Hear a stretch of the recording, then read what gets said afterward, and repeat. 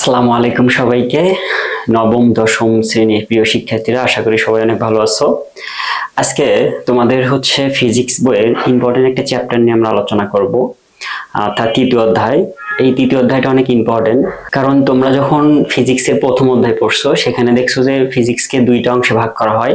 একটা হচ্ছে ক্লাসিক্যাল পদার্থবিজ্ঞান আর একটা হচ্ছে কোয়ান্টাম পদার্থবিজ্ঞান। তো ক্লাসিক্যাল পদার্থবিজ্ঞানের সব থেকে ইম্পর্টেন্ট টপিকস হচ্ছে নিউটনের যে তিনটা সূত্র আছে সেগুলো। তো চলো তাহলে আমরা শুরু করি। তৃতীয় অধ্যায়ে যখন আমরা শুরু করব, প্রথমে যে বিষয়টা থাকবে সেটা হচ্ছে নিউটনের প্রথম সূত্র।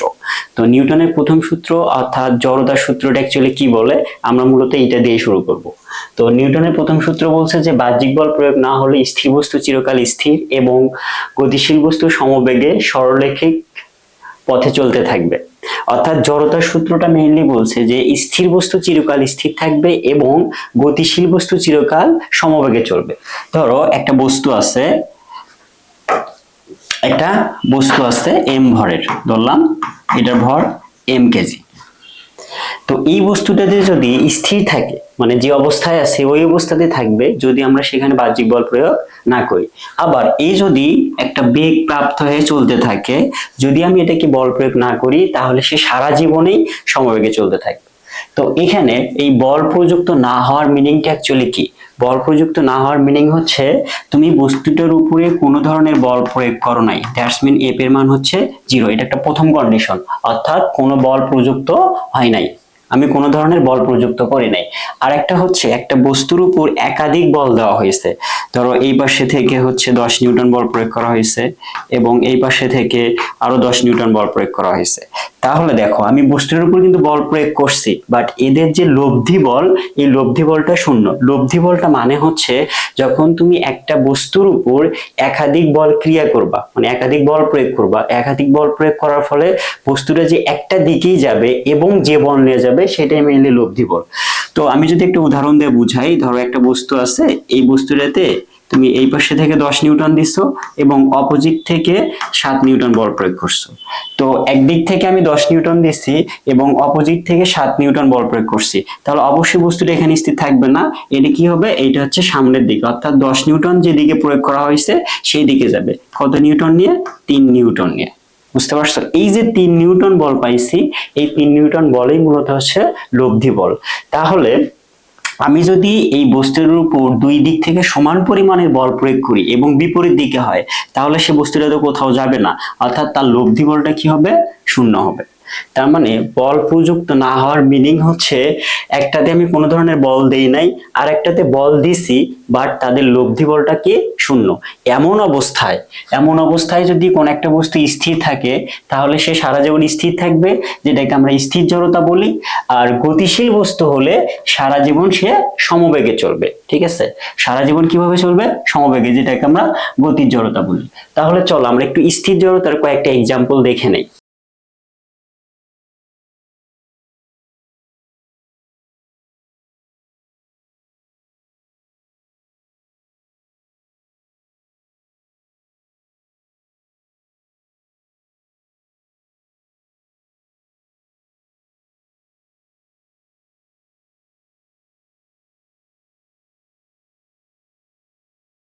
ওকে, তোমরা ভিডিওতে যে ঘটনাগুলো দেখতেছো এটা মূলত আসলে স্থির জড়তার ঘটনা।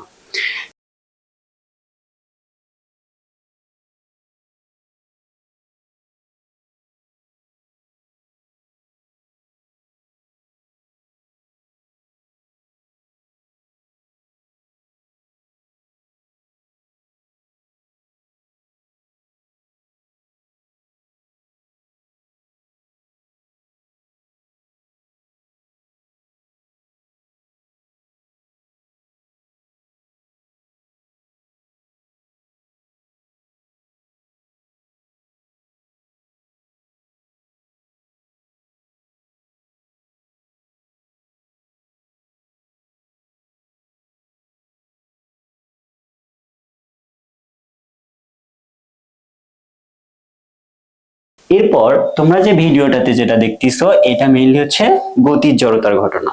তো আমার মনে হয় যে তোমরা বুঝতে পারছো নিউটনের প্রথম সূত্রটাতে মেইনলি আমরা বল সম্পর্কে একটা ধারণা পাই।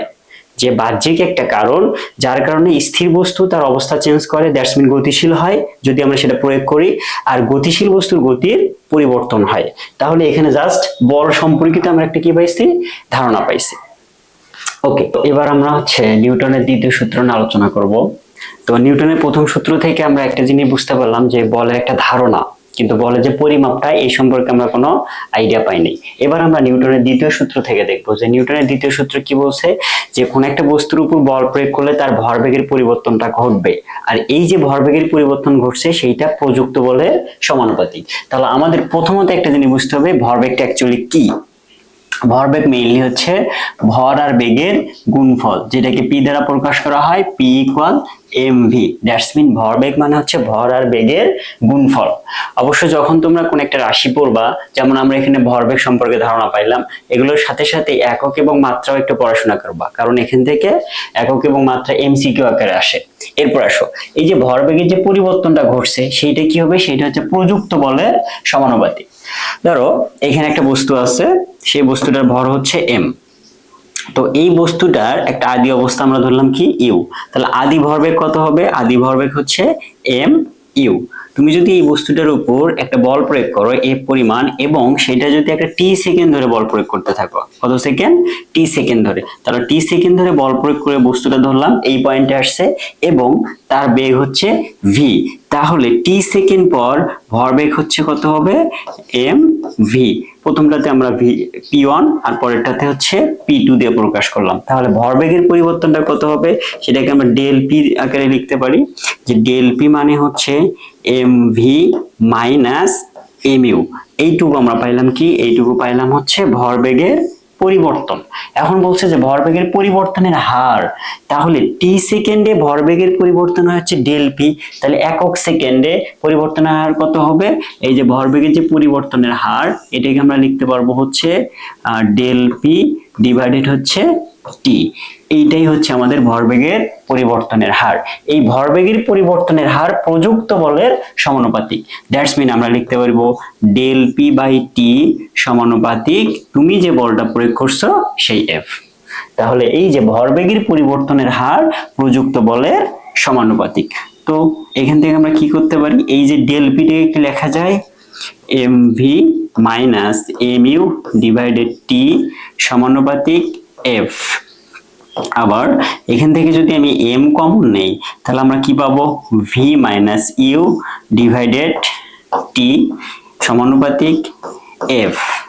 তো তোমরা এই জিনিসটা অবশ্যই দেখছো যে আমরা যখন ত্বরণ নিয়ে পড়াশোনা করছি, যদি সমত্বরণ আকারে পড়াশোনা করে থাকো, তাহলে আমরা কি পাইছি, A equal V minus U by T. এটা আমরা সেকেন্ড চ্যাপ্টারে দেখছি যে সমত্বরণ থাকলে কিভাবে ক্যালকুলেশন করা হয়। তাহলে এইটুকুর পরিবর্তে আমরা কি লিখতে পারবো, এম এ ইকুয়াল, এই সমানুপাতিক চিহ্নটা উঠে যায় একটা সমান চিহ্ন, এবং একটা আমরা ধ্রুবক বসাইলাম কে, অর্থাৎ M A equal K F. এই যে এমটা বস্তুর ভর, আর এ কি, এ ত্বরণ, এ ত্বরণ। এইটুকু কিন্তু আমাদের নিউটনের দ্বিতীয় সূত্র।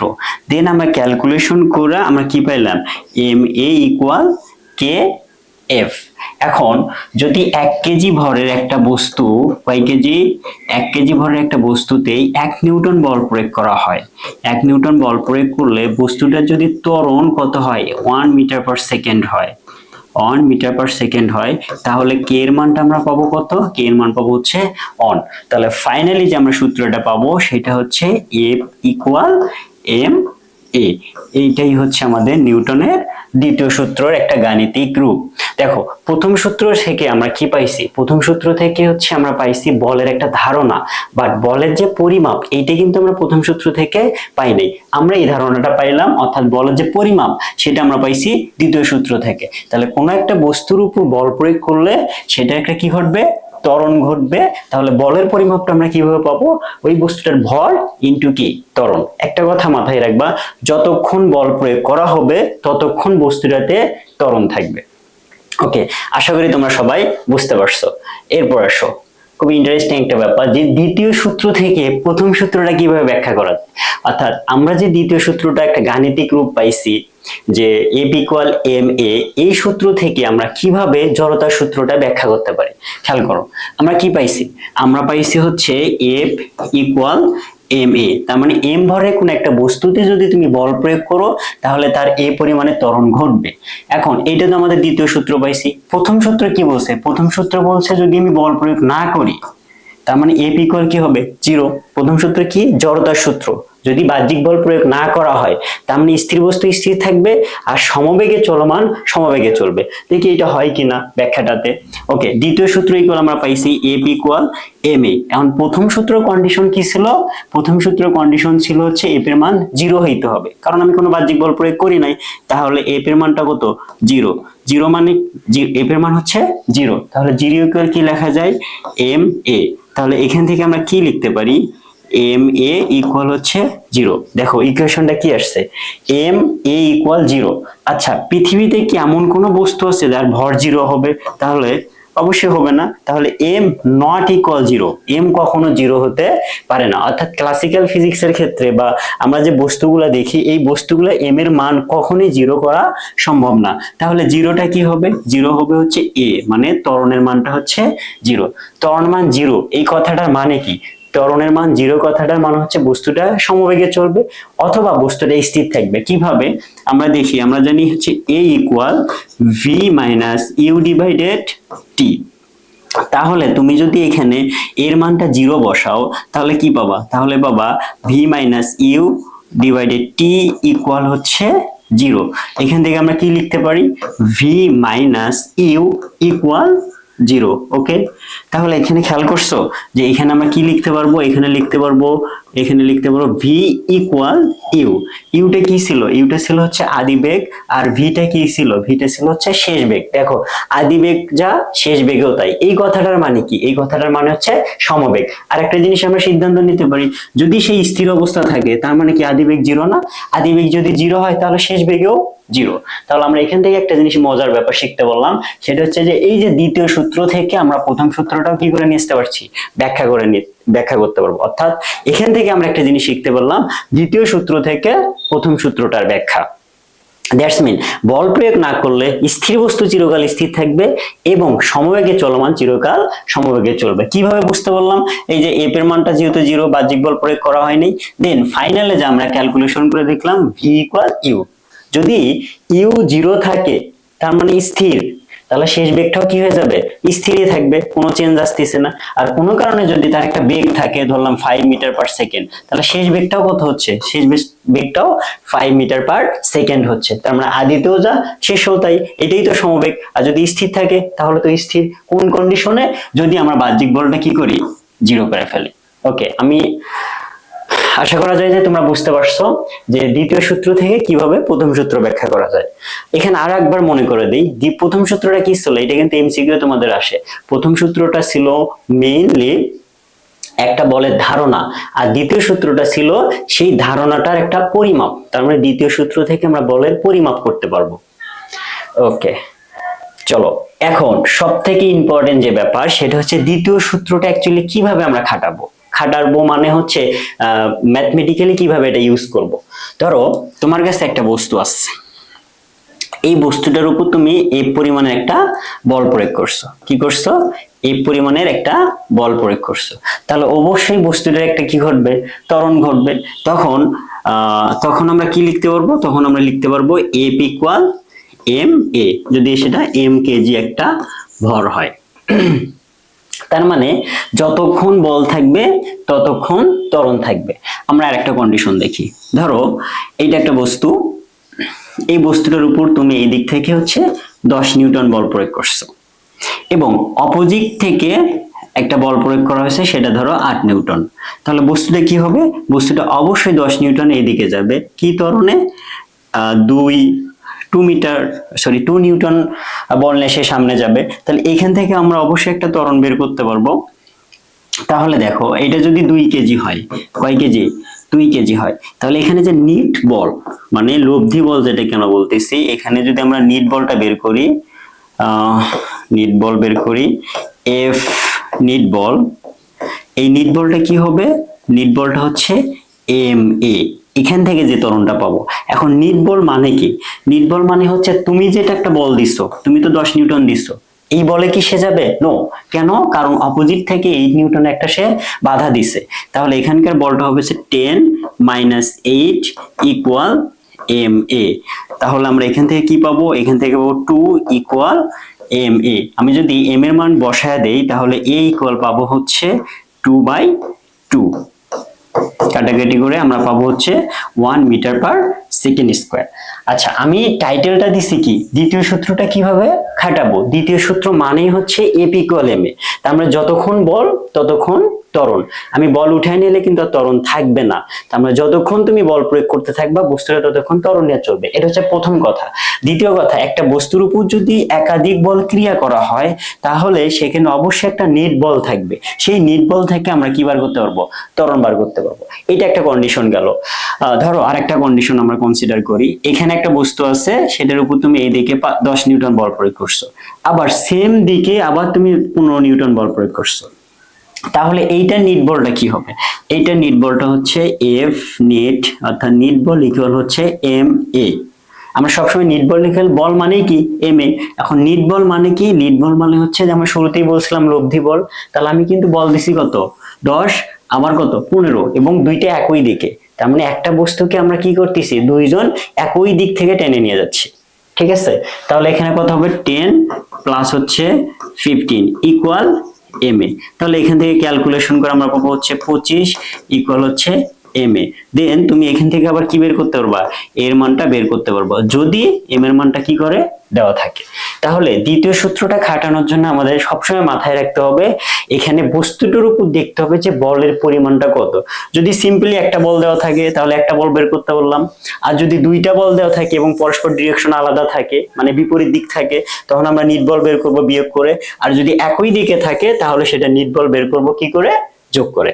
ওকে, এরপর আসো নিউটনের তৃতীয় সূত্র। নিউটনের তৃতীয় সূত্র কি বলছে? প্রত্যেক ক্রিয়ারই, তার মানে প্রত্যেকটা বলের সমান এবং বিপরীতমুখী বল আছে। তাহলে ধরো তুমি যদি একটা বস্তুর উপর একটা বল প্রয়োগ করো, ধরলাম এফ পরিমাণের বল প্রয়োগ করছো, তাহলে ওই বস্তুটাও তোমাকে কি করবে? উল্টা দিক থেকে সমান এবং একটা বিপরীতমুখী বল প্রয়োগ করবে। তাহলে এটাকে লেখা যাবে এফ ইকুয়াল মাইনাস এফ, সমান এবং কি হবে? বিপরীতমুখী। এইটাই হচ্ছে নিউটনের তৃতীয় সূত্র। তো মজার ব্যাপার হচ্ছে নিউটনের তৃতীয় সূত্রে কিন্তু অবশ্যই কন্টাক্ট থাকতে হবে, মানে টাচ থাকতে হবে। তার মানে তুমি যদি স্পর্শ তল না থাকে তাহলে কিন্তু কখনোই নিউটনের এই তৃতীয় সূত্রটা কাজ করবে না। অবশ্যই একটা স্পর্শ তল থাকতে হবে। যেমন আমি এই বোর্ডের উপর যদি একটা বল প্রয়োগ করি তাহলে বোর্ডও আমাকে কি করবে? সমান এবং বিপরীতমুখী একটা বল দিবে। ঠিক আছে? তার মানে প্রত্যেকটা ক্রিয়ারই সমান এবং বিপরীতমুখী বল থাকে। তার মানে আমরা বলতে পারি প্রত্যেকটা বল জোড়ায় জোড়ায় সৃষ্টি হয়। কিন্তু এখানে কন্ডিশন কি থাকতে হবে? এরকম টাচ থাকতে হবে। যদি টাচ না থাকে, যদি স্পর্শ তল না থাকে তাহলে কিন্তু থার্ড ল কাজ করবে না। ওকে, তো আমরা এখন একটা ম্যাথ দেখি। ম্যাথটাতে কি বলছে? কোন একটা বস্তুর উপর 15 নিউটন বল 15 নিউটন বল প্রয়োগ করে 3 মিটার পার সেকেন্ড স্কয়ার ত্বরণ সৃষ্টি করলো। তো একই দিকে আরো 20 নিউটন বল প্রয়োগ করা হলো। প্রথম ম্যাথটা বলছে যে বস্তুটির ভর নির্ণয় করে। একদম সিম্পল। তুমি একটা বস্তুর উপর কি করছো? তুমি একটা বস্তুর উপর হচ্ছে 15 নিউটন বল প্রয়োগ করছো। ঠিক আছে? তো এর ফলে আমরা কি বলছি? যতক্ষণ বল থাকবে, বল প্রয়োগ মানেই হচ্ছে ত্বরণ সৃষ্টি হবে। তাহলে এখানে ত্বরণ কত হয়েছে? 3 metre per second square. Just simply তোমাকে ভর বের করতে হবে। আমরা কি জানি? আমরা জানি হচ্ছে এফ ইকুয়াল এম এ।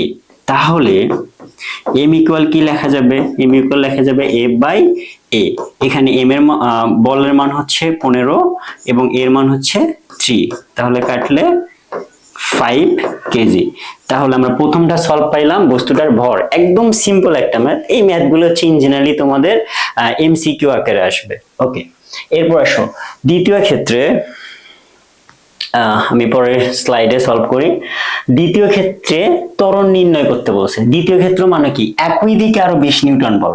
একটু আগে আমরা দেখলাম যে একটা বস্তুর উপর প্রথমে একটা বল থাকতে পারে, দুইটা থাকতে পারে, তিনটা থাকতে পারে, চারটা থাকতে পারে, অনেকগুলো থাকতে পারে। এখান থেকে আমাদের ফাইনালি কি বের করতে হবে?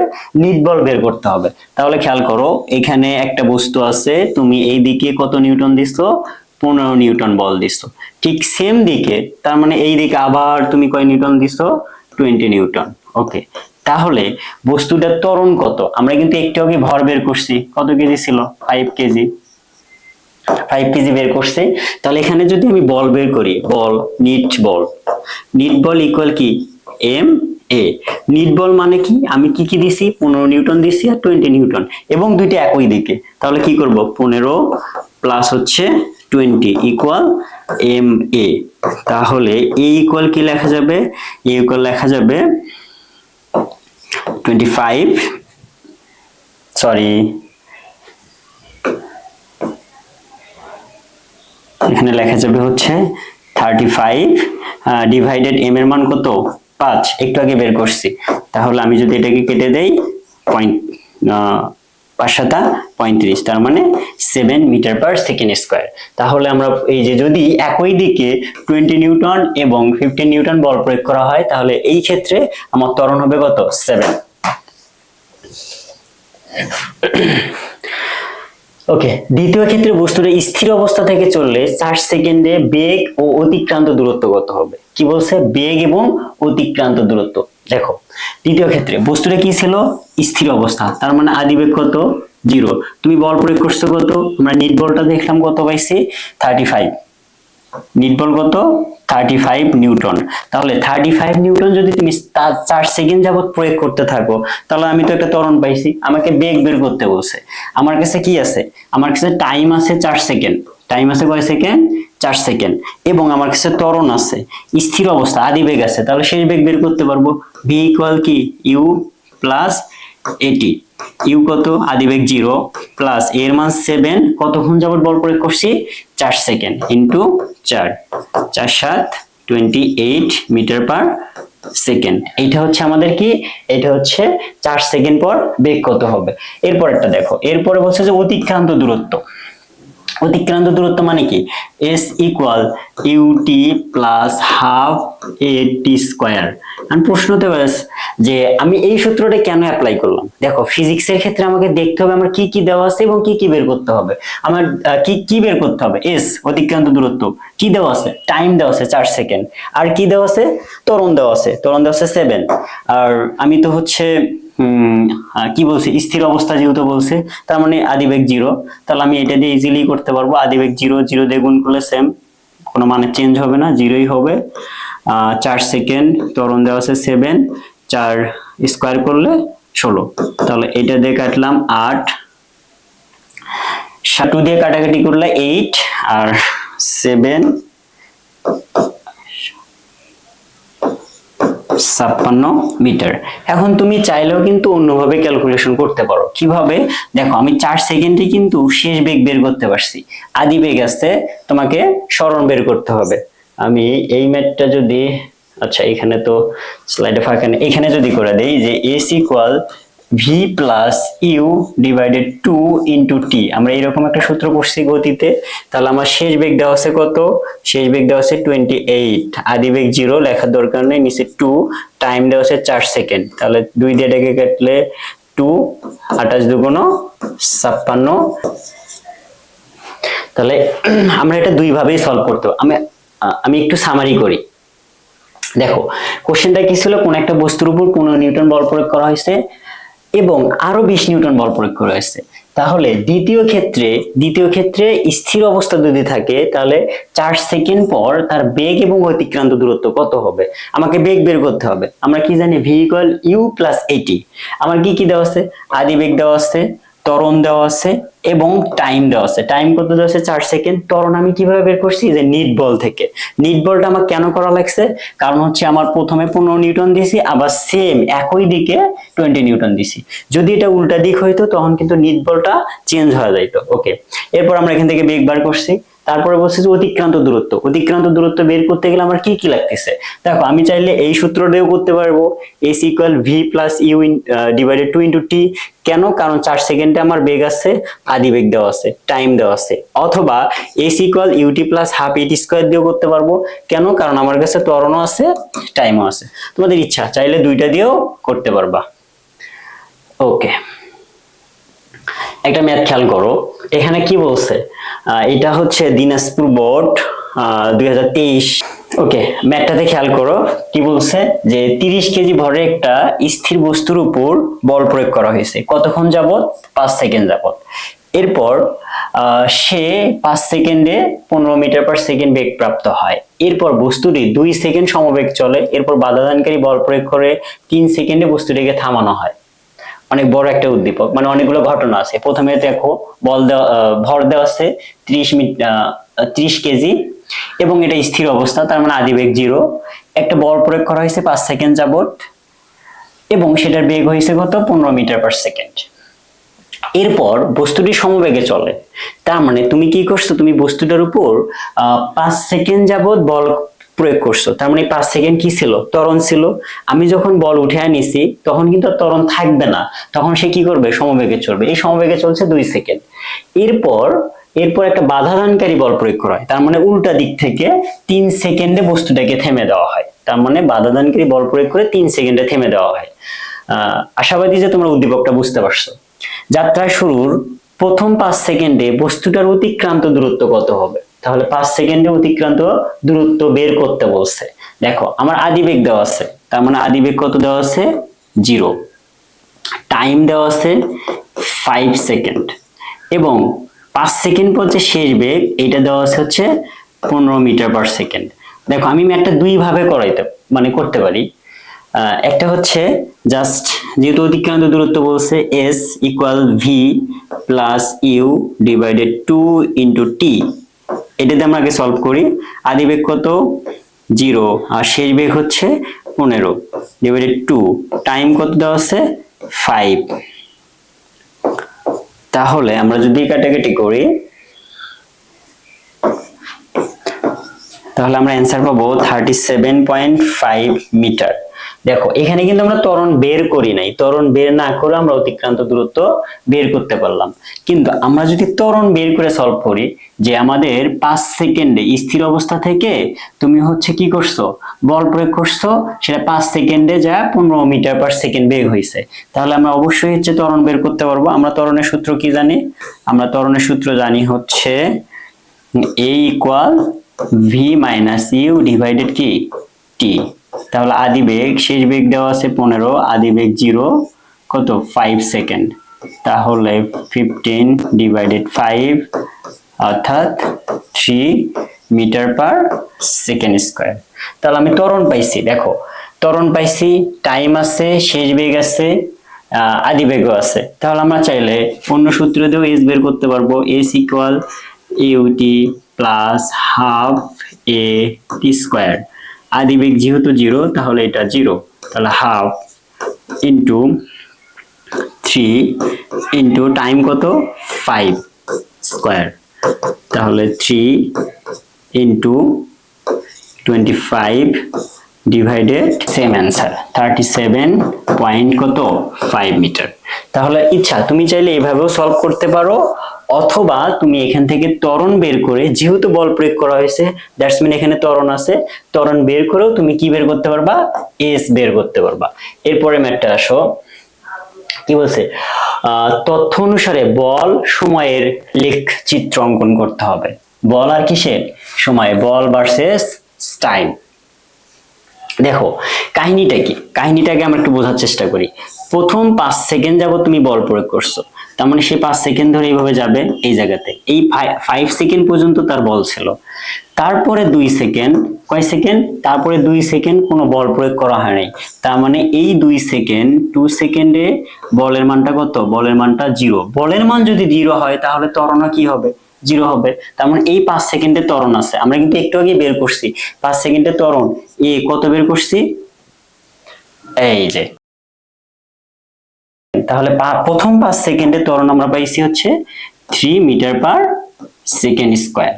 ওকে, এরপর 2 সেকেন্ড চলার পর তাকে উল্টা দিক থেকে একটা বাধা দেওয়া হয়েছে, কিন্তু সে 3 সেকেন্ড পর থেমে গেছে। 3 সেকেন্ড পর থেমে যাওয়া মানে এই 3 সেকেন্ডের একটা কি ঘটছে? মন্দন ঘটছে। এবং এই যে বাধাদানকারী বলটা আছে সেই বলের মানটা বের করলেই হবে। যেমন প্রথমটুকুর বল কিন্তু আমরা জানি না, প্রথমটার বল তাহলে আমরা বের করে নেই। প্রথমে F1, F1 মানে কি? বল মানে কি? বল মানে হচ্ছে ভর ইনটু ত্বরণ। ভর কত দেওয়া আছে? ভর দেওয়া আছে হচ্ছে 30। আর ত্বরণ কত? ত্বরণ হচ্ছে 3, তার মানে হচ্ছে 90 নিউটন। এটা হচ্ছে প্রথম যতটুকু বল প্রয়োগ করা হয়েছে। এরপর কিন্তু কোনো বল দেওয়া নেই, তার মানে বলের মানটা কত? 0। ওকে, দ্বিতীয় অংশটুকু আমরা বলের মান 0 পাইছি। কেন? কারণ হচ্ছে সমবেগে চলছে 2 সেকেন্ড। এখন পরের যে বাধাদানকারী বল সেইটা বের করতে হবে। এখন বাধাদানকারী বল বের করতে গেলে আমার তো ত্বরণ লাগবে। এখন ত্বরণ না তো মন্দন লাগবে। মন্দনটা কিভাবে বের করব? আমাকে কি দেখতে হবে এখানকার শেষ বেগ কিন্তু 0, শেষ বেগ 0। কেন? কারণ হচ্ছে 3 সেকেন্ড পর থেমে গেছে। ওকে, আরেকটা, এইটুকুতে সে সমবেগে গেছে, তার মানে আমি যদি এই অংশের ভি বা বেগ বের করি, সেই বেগটা এই পয়েন্ট পর্যন্ত সেম ছিল, আস্তে আস্তে কমে যা এই 3 সেকেন্ড পর, কয় সেকেন্ড পর? 3 সেকেন্ড পর শেষ বেগ 0 হয়েছে। তাহলে আমি যদি প্রথম 5 সেকেন্ডে শেষ বেগ কত আছে এটা যদি বের করতে পারি তাহলে কিন্তু সলভ। তাহলে আমরা কি লিখতে পারবো? ভি ইকুয়াল ইউ প্লাস এ টি। আদি বেগ 0, তাহলে এই অংশটা 0। এ কত পাইছি? এ পাইছি হচ্ছে 3। কয় সেকেন্ড যাবত বল প্রয়োগ করছি? 5 সেকেন্ড। তাহলে হচ্ছে আমরা বেগ পাবো হচ্ছে 15 মিটার পার সেকেন্ড। এই কথাটার মানে কি আমি আরেকবার একটু বলি। স্থির অবস্থা ছিল, তুমি 5 সেকেন্ড যাবত বল প্রয়োগ করে এই পর্যন্ত নিয়ে আসছো, তার মানে সেই 5 সেকেন্ড যাবত কি ছিল? ত্বরণ ছিল। তাহলে 5 সেকেন্ডে যখন তুমি বল উঠায় নিছো, অবশ্যই ওই মোমেন্টে একটা বেগ ছিল। সেই বেগটা কত হয়েছে? সেই বেগটা হচ্ছে 15। তার মানে 5 সেকেন্ড পর বেগ হয়েছে 15। এই যে আমরা এখানেই পাইছি। ওকে, এই 15 বেগ নিয়ে কি সে 2 সেকেন্ড যাবত চলবে? এই 15 বেগ নিয়ে সে 2 সেকেন্ড যাবত চলবে। তারপরে কি 15 থাকবে? না, আস্তে আস্তে কমে যা 0 হবে। তাহলে পরের ঘটনার জন্য এই বেগটাই কি? আদি বেগ। আর সেই বেগ কত? 0। তাহলে এখান থেকে আমরা অবশ্যই মন্দনটা বের করতে পারবো। আমরা কি জানি? A equal V minus U divided T. Okay, শেষ বেগ কত? শেষ বেগ হচ্ছে 0। কেন 0? কারণ 3 সেকেন্ড পর থেমে গেছে। মাইনাস আদি বেগ কত? আদি বেগ হচ্ছে 15। তাহলে দ্বিতীয় ঘটনার জন্য যেটা আদি বেগ, প্রথম ঘটনার জন্য যেটা শেষ বেগ, দ্বিতীয় ঘটনার জন্য সেটা আদি এবং সে 2 সেকেন্ড যাবত চলবে, এবং 3 নম্বর ঘটনা যা সেটা কি হয়ে গেছে? আদি হয়ে গেছে। ডিভাইডেড টাইম কত আছে? টাইম আছে 3। তাহলে এইটা দিয়ে কাটলে হচ্ছে 5। দেখো -5 মিটার পার সেকেন্ড স্কোয়ার। এই যে মাইনাস আসার মিনিংটা কি? কারণ হচ্ছে তাকে বাধাদানকারী বল প্রয়োগ করে থেমে দেওয়া হয়েছে। তাহলে বাধাদানকারী বলটা কত হবে? আমরা বল সমান কি জানি? বল সমান জানি ভর ইনটু ত্বরণ। কিন্তু এখানে কি ত্বরণ হবে? না। কেন ত্বরণ হবে না? কারণ তাকে থামানো হয়েছে। তার 15 মিটার বেগ ছিল, সে শেষে যা 0 হয়েছে, বেগ এখানে কমে গেছে। বেগ কমে যাওয়াকে আমরা কি বলি? বেগ কমে যাওয়াকে আমরা বলি হচ্ছে মন্দন। তাহলে এম কত? এম হচ্ছে 30 ইন্টু -5। কত? -5। মাইনাসটা কেন হলো? কারণ এখানে মন্দ। তাহলে -150 নিউটন। এই যে এই 150 নিউটন হচ্ছে বাধাদানকারী বল। আমি যদি একটু সামারি করি, প্রথম অংশটাতে 90 নিউটন বল হচ্ছে, পরেরটাতে বলের মানটা 0, সেটা কয় সেকেন্ড যাবত ছিল? 2 সেকেন্ড। পরবর্তী 3 সেকেন্ড যাবত হচ্ছে আমাদের কি হয়েছে? 150 নিউটন বাধাদানকারী বল হয়েছে। তাহলে আমরা প্রথম বল পাইছি, পরেরটাতে দ্বিতীয় অংশে 2 সেকেন্ড যাবত কোনো বল হয়নি, 0 পাইছি। তারপরে 3 সেকেন্ড যাবত আমরা বাধাদানকারী বল পাইছি। তাহলে আমি যদি এটা দিয়ে গ্রাফ ড্র করতে চাই, যে এক্স অক্ষ বরাবর যদি আমি টাইম নেই এবং ওয়াই এক্সিস বরাবর যদি বল নেওয়া হয়, তাহলে অবশ্যই তোমরা এইভাবে সবকাজ করে দিবা। নিচে অংশ আছে কারণ মাইনাস। তাহলে এখানে যদি আমরা টাইম চিন্তা করি, প্রথম 3 সেকেন্ড যাবত হচ্ছে, এখানে তোমরা ক্যালকুলেশন করো, প্রথম 3 সেকেন্ড যাবত বল আছে, তারপরে 2 সেকেন্ড অংশতে কোনো বল নাই, তারপরে অংশটুকুতে কি হয়েছে? মন্দন হয়েছে। এইভাবে গ্রাফটা অনেকটা এরকম আসবে। তোমরা সব কাগজে মান বসা, জাস্ট এই যে প্রথম 5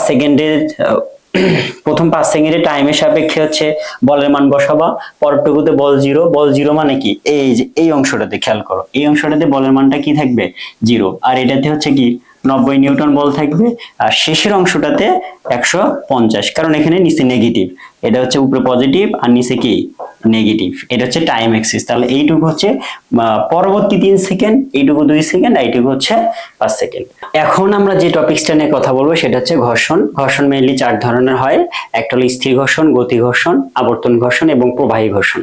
তো ঘর্ষণ জিনিসটা কি? ঘর্ষণ হচ্ছে তুমি যদি কোনো একটা তলের উপর, একটা পৃষ্ঠের উপর চলাফেরা করো এবং ওইটা যদি তোমাকে একটা বাধা দেয়, যেমন ধরো আমি এই হাতের উপর দিয়ে এই হাতটা যখন নিয়ে যেতে চাবো, বল প্রয়োগ করছি, সে সামনে গতিশীল হওয়ার চেষ্টা করতেছে, কিন্তু এই তল আমাকে কি করছে? একটা বাধা দেওয়ার চেষ্টা করছে। তাহলে এই যে বাধা দানকারী যে একটা বল, এটাকে আমরা হচ্ছে ঘর্ষণ বল বলতেছি। এখন একটা তল কেন বাধা দেয় এটা বুঝতে হবে। যদি তলটা অমসৃণ থাকে তাহলে কি হবে? অমসৃণ থাকলে এই যে খাস কাটাগুলো অংশ থাকবে, যখন তুমি একটা বস্তু কি করবা, এই বস্তুতে বল প্রয়োগ করার চেষ্টা করবা, বস্তুটাকে গতিশীল করার চেষ্টা করবা, তখন এই তল তোমাকে কি করবে? উল্টা দিক থেকে এই খাস কাটা অংশগুলোর জন্য একটা বাধা সৃষ্টি হবে। এই বাধা সৃষ্টি হওয়ার কারণে এখানে একটা বল সৃষ্টি হবে, যেটাকে আমরা ঘর্ষণ বল বলে থাকি। এখন দেখো স্থির ঘর্ষণের ক্ষেত্রে কি হয়? স্থির ঘর্ষণের ক্ষেত্রে তুমি গতিশীল করতে চাচ্ছ, কিন্তু বাধাদানকারী বল এত বেশি যার কারণে সে কি থাকবে? স্থির থাকবে, যেটাকে আমরা স্থির ঘর্ষণ বলতেছি। তার মানে এইখানে আমরা এটা নিয়ে একটু পরে ডিটেলস আলোচনা করতেছি যে স্থির ঘর্ষণটা কেমন হয়। যেমন একটা টেবিলের উপর বই রাখছো, সেটা স্থির অবস্থায় আছে, এটাই মূলত স্থির ঘর্ষণের একটা উদাহরণ। আর গতি ঘর্ষণ কি? এইটা স্থির ঘর্ষণের থেকে তোমার প্রযুক্ত বলটা বেশি, তার মানে যে ঘর্ষণ বলটা আছে সে তোমাকে বাধা দিয়ে আটকাতে পারেনি। যেমন আমি এখানে বল প্রয়োগ করছি, দেখো আমার এই হাতটা কিন্তু যাচ্ছে না, তার মানে এখানে স্থির হয়ে আছে। আমি বল দিছি তাও যাচ্ছে না, তার মানে আমার বল আর ঘর্ষণ বলটা সমান, এই জন্য সে স্থির আছে। কিন্তু আমি বল বেশি দিছি, বেশি দেওয়ার কারণে সে সামনে যাচ্ছে। তোমরা একটা প্র্যাকটিক্যাল দেখতে পারো যে বেঞ্চ বা টেবিলের উপর হাত রেখে অল্প বল দাও, দেখবে যে তুমি নিয়ে যেতে পারতেছো না, কিন্তু বলটা একটু বেশি করে দাও, তখন দেখবে যে তুমি হাতটাকে একটু গতিশীল করতে পারতেছো। তার মানে গতি ঘর্ষণ মানে কি? তুমি যদি গতিশীল করতে পারো আর কি। আর আবর্তন ঘর্ষণ মানে যদি কোনো একটা চাকা সেই তলে কি করে, এরকম ঘোরায় ঘোরায় সামনের দিকে যাইতে চায়, অর্থাৎ একটা তলে যদি সে রোটেট করতে থাকে, এটা হচ্ছে আবর্তন ঘর্ষণ। আর প্রবাহী ঘর্ষণ, এটা হচ্ছে প্রবাহী পদার্থের জন্য হয়ে থাকে। প্রবাহী পদার্থ মেইনলি কি কি আছে? যেমন তরল আর একটা কি, বায়বীয় পদার্থ বা গ্যাসীয় পদার্থ। তো প্রবাহী ঘর্ষণ একটা তরলের ক্ষেত্রে হইতে পারে, আর একটা হচ্ছে গ্যাস পার্টিকেলের জন্য হইতে পারে বা গ্যাসীয় পদার্থের জন্য হইতে পারে। উদাহরণস্বরূপ আমরা যদি চিন্তা করি, যেমন ধরো পানির ভিতর যে একটা ঘর্ষণ বল সৃষ্টি হয় পানির সারফেসের উপর, অথবা প্যারাশুট নিয়ে যখন সে উপর থেকে কেউ একজন যখন নিচে নামে, এই যে ধরো একটা প্যারাশুট নিয়ে নিচের দিকে নামার চেষ্টা করতেছে, তাহলে এই যে নিচ থেকে যে বাতাস একটা বাধা দিচ্ছে, এটাই মেইনলি হচ্ছে প্রবাহী ঘর্ষণের অংশ হবে। ওকে, তাহলে আবর্তন ঘর্ষণ বলতে আমরা বলবো কি, যেটা রোটেট করবে, ঘুরতে থাকবে, ঘোরার কারণে যে একটা ঘর্ষণ বলের বাধা পাবে, সেটা আবর্তন ঘর্ষণ। আর প্রবাহী ঘর্ষণ, এটা মাথায় রাখার জন্য তোমরা টেকনিক হিসাবে কি রাখতে পারো? তরল এবং বায়বীয় পদার্থের জন্য চিন্তা করতে পারো। আর স্থিতি ঘর্ষণ আর গতি ঘর্ষণ তো বললাম। এরপর আসো আমরা একটু স্থিতি ঘর্ষণের বিষয়টা ব্যাখ্যা করি। ধরো একটা তল আছে, এই তলটা হচ্ছে অমসৃণ এবং এখানে একটা বস্তু আছে। তো এই বস্তুর উপর তুমি কি করছো? একটা এফ পরিমাণের বল দিছো। কি করছো? এফ পরিমাণের বল দিছো। উল্টা দিক থেকে কেউ বল দেয়নি, বলটা দিছে কি? তল। তল মানে এফ, যে ঘর্ষণ বল দিচ্ছে। তাহলে এই যে ঘর্ষণ বল আর এই যে এফ, এই দুইটা যদি কি হয়, এই দুইটা যদি সমান হয়, স্থির আছে মানে কি, সে তো সামনে যাইতে পারবে না। তার মানে এখানকার নিট বল যেটা, কি বলে, এই নিট বল যেটা, এই নিট বলটা কি হবে? নিট বলটা জিরো হবে। নিট বল জিরো হইতে গেলে কি হবে? তুমি যে প্রযুক্ত বল দিছো এবং উল্টা দিক থেকে যে বলটা দিচ্ছে এফ, এই এফটা কি? এই এফটা হচ্ছে ঘর্ষণ বল। এই ঘর্ষণ বল এটা জিরো, তাহলে কি লেখা যায়? তাহলে লেখা যায় এফ ইকুয়াল এফ। এফটা কি? এফটা হচ্ছে ঘর্ষণ বল, এই যে স্মল এফ। এটা হচ্ছে আমাদের ঘর্ষণ বল, আর এটা হচ্ছে তোমার প্রযুক্ত বল। তার মানে তোমার প্রযুক্ত বল আর ঘর্ষণ বল যদি সমান হয়, তাহলে বস্তুটা কি থাকবে? স্থির থাকবে। কিন্তু কিন্তু যদি তলটা অমসৃণ আছে, তোমার কাছে একটা বস্তু আছে, ওকে, তুমি কি করছো? এটার উপর বল প্রয়োগ করছো এফ পরিমাণ। এফ পরিমাণে কি করছো? বল প্রয়োগ করছো। এখন যেহেতু এটা অমসৃণ তল, তো অমসৃণ তলের জন্য এখানে একটা ঘর্ষণ বলের সৃষ্টি হবে। তো ঘর্ষণ বলটা অবশ্যই তোমার গতির মানে তুমি যেদিকে বল দিছো তার উল্টা দিকে দেবে, সেটা কি? এফ। এটা কি ধরলাম এফ। এখন এইটা যদি সামনের দিকে গতিশীল হয় তার মানে নিট বল কিন্তু জিরো না, তাহলে কি নিট বল কি না, নিট বল জিরো না। নিট বলের জন্য অবশ্যই ত্বরণের একটা ভর যেহেতু আছে, তাহলে নিট একটা বল আছে এম এ, তাহলে এখান থেকে আমরা কি লিখতে পারবো, নিট বল তুমি যে বলটা দিছো সেইটা মাইনাস কার বল, মাইনাস হচ্ছে ঘর্ষণ বল, তাহলে এটা কি লেখা যাবে, এফ মাইনাস ঘর্ষণ বল ইকুয়াল এম এ। তাহলে এইটা হচ্ছে আমাদের গতীয় ঘর্ষণ। তাহলে এখান থেকে তুমি অবশ্যই একটা ত্বরণ বের করতে পারবা, সেই ত্বরণ মানে কি অবশ্যই সে সামনের দিকে যাচ্ছে, বেগে চেঞ্জ হচ্ছে। কিন্তু এখানকার এই স্থিতি ঘর্ষণের ক্ষেত্রে নিট বলটা কি, নিট বলটা জিরো। আমি কিন্তু নিট বলের ব্যাখ্যাটা প্রথমের দিকেই দিছি যে যদি একটা বস্তু, আরো একবার একটু মনে করে দেই, একটা বস্তুর উপর যদি আমরা একাধিক বল ক্রিয়া করি এবং সে যে একটা ফাইনাল বল নিয়ে সামনের দিকে আগে যাবে, এটাই হচ্ছে নিট বল। যেহেতু স্থির, স্থির মানে কি জিরো, নিট বল যদি জিরো হয় তাহলে এফ মাইনাস এফ, এই এফটা কি, এটা হচ্ছে তোমার বল আর এই এফটা ঘর্ষণ বল, আমরা ঘর্ষণ বল আর এটা যদি মাইনাস করা হয় জিরো হচ্ছে, জিরো মানে কি আমি এটাকে পরবর্তীতে মাইনাসটা ওই পাশে নিয়ে গেলে কি হবে প্লাস, অর্থাৎ F equal F. F equal F মানে কি, এটা হচ্ছে তোমার প্রযুক্ত বল আর এটা হচ্ছে আমাদের কি ঘর্ষণ বল। তার মানে তোমার প্রযুক্ত বল আর ঘর্ষণ বল যদি সমান হয় তাহলে বস্তুটা কি থাকবে, স্থির থাকবে। কিন্তু এখানে কি সেম হয়েছে না, তার মানে এখানে তোমার যে বলটা আছে এই বলটা অবশ্যই ঘর্ষণ বল থেকে বড়। ওকে, তাহলে ঘর্ষণ বলের জন্য এই যে ঘর্ষণ বলের এই যে তল বা তলটা আছে, এই তলটাতে একটা ঘর্ষণ গুণাঙ্ক আছে যেটাকে মিউ দ্বারা প্রকাশ করা হয়। তো ঘর্ষণ বল এফ ইকুয়াল আমরা কি লিখতে পারি, mu M G, mu M G. Okay, এটা আমাদের ম্যাথের জন্য কাজে লাগবে যে ঘর্ষণ বলের সূত্রটা কি, F equal mu M G. এইটাকে বলা হচ্ছে ঘর্ষণ গুণাঙ্ক, বস্তুর ভর এবং অভিকর্ষের ত্বরণের জন্য মেইনলি ঘর্ষণ বলের সৃষ্টি হয়।